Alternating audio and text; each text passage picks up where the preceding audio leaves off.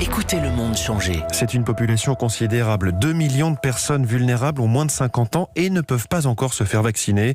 Ce n'est pas pour tout de suite. Le calendrier les a classés dans la phase 3, c'est-à-dire en mai ou en juin. Et pourtant, ils présentent tous un risque de forme grave du Covid, comme ce trentenaire que Victor Delande a rencontré pour Europe 1. On a l'impression finalement que ils nous ont oubliés. Antoine a fait un infarctus du myocarde l'année dernière. Depuis, il est sous traitement et à 36 ans, il ne sort presque jamais de chez lui, angoissé par le coronavirus. Avec cette infection longue durée, il risque en effet de faire une forme grave du Covid. Et pourtant, il ne sera pas vacciné avant des mois. Enfin, la vaccination est là.